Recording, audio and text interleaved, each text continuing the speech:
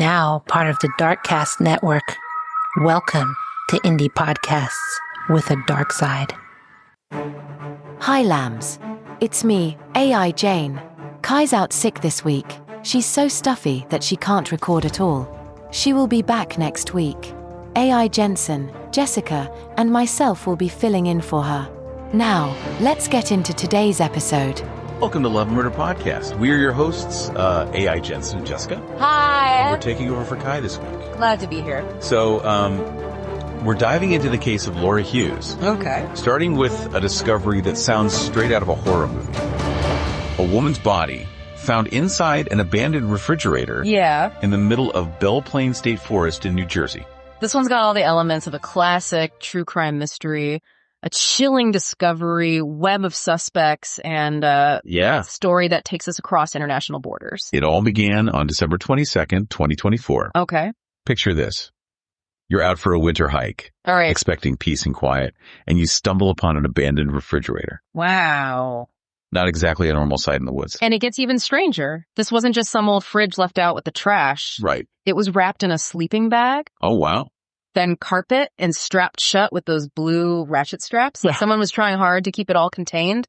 Definitely sends chills down your spine. Yeah. Someone clearly went to great lengths to conceal whatever was inside. Right. Makes you wonder what they were thinking, what their plan was. Raises so many questions. Was this a panicked attempt to hide evidence or a carefully planned disposal? Yeah.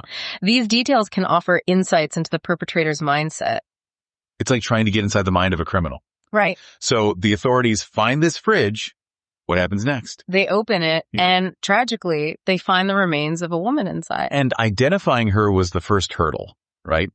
It wasn't immediately obvious who she was. Exactly. Imagine trying to piece together an identity with limited information. Yeah. It was a challenging task for the police, Right. especially given the condition of the remains. Okay. But they eventually released a photo of a distinctive tattoo found on the victim's body, hoping someone would recognize it. So they put it out to the public. Was that the break they needed? It was. Someone came forward identifying the victim as Laura Hughes, a 50-year-old woman. From Runnymede, New Jersey. All right. A mother of two daughters, 18 and 13 years old. Oh, that's so sad. It's a stark reminder that behind the headlines, there are real people whose lives are shattered by these tragedies. It's heartbreaking. And I understand the investigation quickly turned towards Laura's boyfriend, 45-year-old Christopher Blevins. Yeah. What led them to focus on him? Several key pieces of evidence pointed to Blevins. Remember those blue ratchet straps on the fridge? Mm-hmm. Well, similar straps were discovered in his apartment. That's a pretty big coincidence, wouldn't you say? It's definitely suspicious. Couldn't someone argue those straps are common? Right. What made investigators certain they specifically linked Blevins to the crime? That's where good detective work comes in. It wasn't just the straps themselves. They dug deeper, analyzing things like the brand, wear and tear, even microscopic fibers, all those details that could connect the straps found at the crime scene to the ones in Blevins' possession. And they found a match. Wow, that's impressive. It's like a real-life CSI episode. Right. But the straps weren't the only thing linking him to the case. Right. They also obtained license plate data, Right. placing Blevins' green pickup truck transporting a refrigerator-shaped object Oh, wow. shortly before Laura's disappearance. Okay, so now the police have their eyes on Blevins. What does he do? Does he just sit around waiting for them to show up? Well, he does what many people in his position might do. Yeah. He panics and takes off. Okay. But not just anywhere. He flees all the way to Mexico. Mexico. That's a bold move. Why Mexico specifically? Was it a random choice or did he have connections there? That's a great question. Yeah. And one, investigators were surely asking themselves, was it a pre-planned escape route? Did he have contacts there? Maybe a place to lay low? Or was it a desperate, impulsive decision, just trying to put as much distance between himself and the authorities as possible? And remember, at this point, he's not officially a suspect, right? Right. They were still trying to piece together what happened to Laura. So what was Blevins' next move? Well, the story takes another unexpected turn. Okay. Just weeks after fleeing, Blevins walks into the U.S. Embassy in Mexico City What? and surrenders to the authorities. Surrenders? That doesn't sound like someone trying to avoid capture. Right. Why would he do that? His story is that he got involved in a violent altercation back in New Jersey, Okay. possibly a bar fight, and even hinted he might have killed someone. Okay. He claimed he freaked out and fled. So he's spinning a tale of self-defense, trying to explain why he ran. Right. Did the Mexican authorities buy it? At that time, there were no formal charges against him related to Laura's disappearance in New Jersey, so he was released and returned to the U.S. Hold on. So he confesses to a possible killing in Mexico. Yeah. Gets released and comes back to the U.S. That seems convenient. It does, doesn't it? Yeah. Was it a clever ploy to throw off the investigation, or was he genuinely remorseful for this supposed bar fight? Remember, we're trying to understand the mind of someone whose actions seem increasingly erratic. It's like a psychological chess match. Yeah. So he's back in the U.S. What happens next? Well, he lays low for a while, but remember, the investigation into Laura's disappearance is still ongoing. And then the news breaks. Laura Hughes' body has been discovered in that abandoned refrigerator. So the game's up. What does Blevins do? You guessed it. He runs again. This time, his escape is short-lived. Okay. He's caught in San Diego, California. Ah, so that's how he's finally apprehended. Yes. But I'm guessing the charges weren't as straightforward as you might think. Exactly. Yeah. Initially, he wasn't charged with murder. What? Instead, he was charged with desecration of human remains and hindering apprehension. Desecration of human remains. It sounds awful. Right. What does that actually mean in a legal sense? It's a charge that addresses the disrespectful and improper handling of a deceased person's body. In this case, it refers to the way Laura's body was concealed and abandoned in that refrigerator. Okay. It highlights the callous disregard for her dignity in death. That makes sense. So they couldn't charge him with murder right away. Right. What were they missing? They needed more evidence to build a solid murder case. Remember, they had circumstantial evidence, the straps, the truck sighting, and his flight. But they lacked a crucial piece of the puzzle. What's that? Proof that Blevins was directly responsible for Laura's death. Okay, so they have him in custody, but they need more to charge him with murder. Right. What happens next? This is where the story gets really interesting. Right? You bet it does. Remember that story Blevins told in Mexico about possibly killing someone in a bar fight? Yeah. Well, it turns out that was a complete fabrication. He lied. What was the real story? The truth, as Blevins eventually confessed, was far more sinister. Oh, wow. He admitted to strangling Laura to death in their apartment in late July. He confessed. Wow. What led him to confess? That's a question that legal experts and psychologists could probably debate for hours. Yeah. Was it a pang of guilt? The weight of the evidence against him? Or maybe a calculated move, hoping for a lesser sentence by seeming remorseful, whatever the reason. Right. His confession changed everything. A confession like that must have been the final nail in his coffin, legally speaking. Yes. Did the charges change after his confession? Absolutely. With that confession, plus all the evidence they had already gathered, the charges against Blevins were upgraded to first-degree murder. So now he's facing the most serious charge possible. Right. It's a long road to justice. Yeah. But it sounds like they have a strong case against him. They do. And sadly, Laura's daughters are now left without their mother because of this horrific act. It's a tragic situation all around. And there's another layer to the story we need to discuss. Okay. Sources are alleging a history of domestic violence and substance abuse within Laura and Christopher's relationship. This adds a whole new dimension to the case, raising questions about the dynamics of their relationship. Yeah. And the events leading up to Laura's death. Absolutely. It's a reminder that these cases are never just about the crime itself. Right. There are often underlying issues, complex relationships, and warning signs that may have been missed. Yeah. But we'll delve deeper into that aspect of the story a little later. Absolutely. It's important to understand the full context to grasp the true tragedy of what happened to Laura Hughes. Absolutely. Yeah. It's important to remember that domestic violence is a complex issue. We can't just assume we know what was happening between Laura and Christopher based on allegations. Right. We need to be careful and sensitive.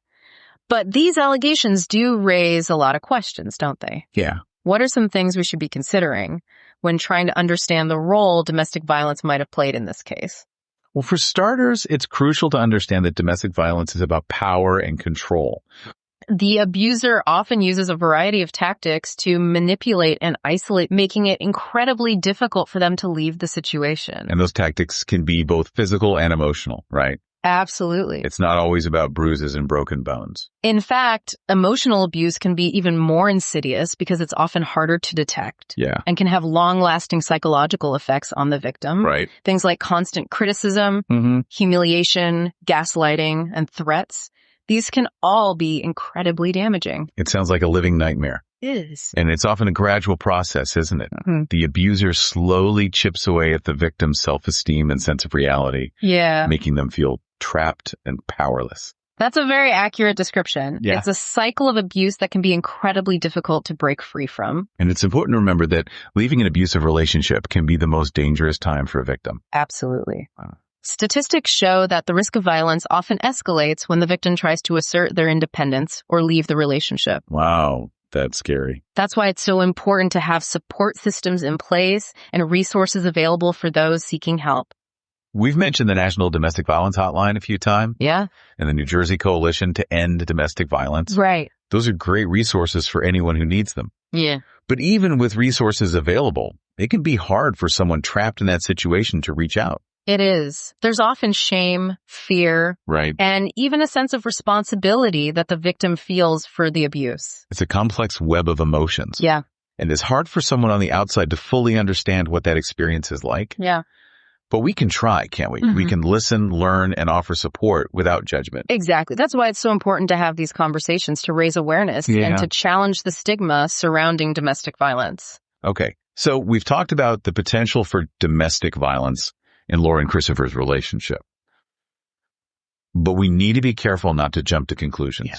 The investigation is ongoing, and there's still a lot we don't know. We can speculate, but ultimately it's up to the legal system to determine the facts of the case. Speaking of the legal system, let's circle back to another aspect of this case that we haven't discussed yet. Okay. Remember John Tyrell, the man who found Laura's body? Mm-hmm. He was charged with obstruction of justice for refusing to cooperate with the police. Yes. What's the latest on that? Well, that's where things get a little murky. Initially, it seemed like he might have had more involvement in the case than he was letting on. Okay. Remember, he refused to hand over his cell phone. Oh, really? Which raised a lot of red flags. Makes sense. If he was just a random hiker who stumbled upon a horrific scene, why wouldn't he cooperate fully with the police? What was he trying to hide?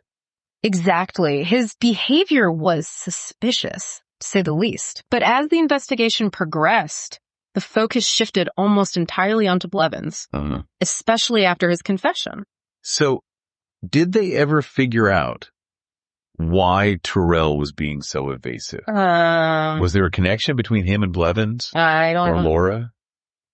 Unfortunately, the sources we have don't offer a lot of clarity on that front. It's one of the lingering questions in this case. Yeah. Was Tyrell somehow involved in the events leading up to Laura's death? Yeah. Was he an unwitting accomplice? Or was he simply caught up in a web of circumstances that he didn't fully understand? It's like a puzzle with a missing piece. Right. It's possible that piece might never be found. It's true. But it definitely adds another layer of intrigue to an already complex and tragic story. It does. And it reminds us that even in seemingly straightforward cases, there are often hidden layers, motivations we might never fully comprehend. Right. And questions that might remain unanswered. It's almost like a reminder that we can't always neatly package these stories. Right. Real life is messy, and the truth can be elusive. That's a very insightful point. Thanks. And it brings us back to the human element of this case. Right. We have a victim, Laura Hughes, whose life was tragically cut short. It's very sad. We have 2 daughters left to grapple with the unimaginable loss of their mother.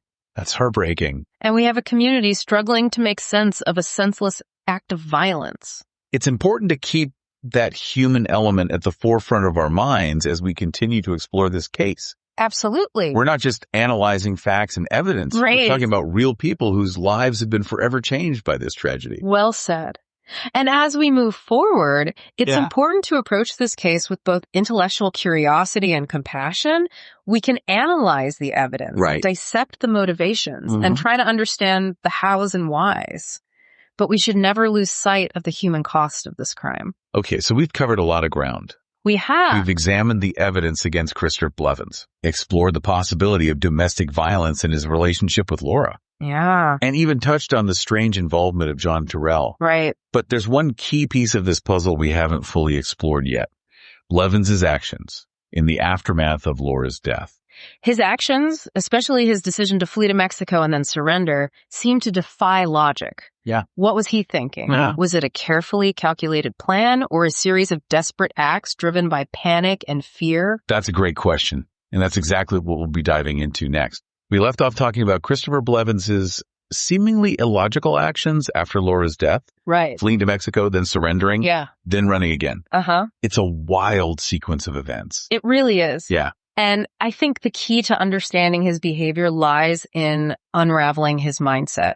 Yeah. What was he hoping to achieve with each of these moves? Okay, let's start with the flight to Mexico. Okay. It wasn't just a quick hop across the border. Right. He seemed to have planned it out, even marking off days on a calendar leading up to his departure.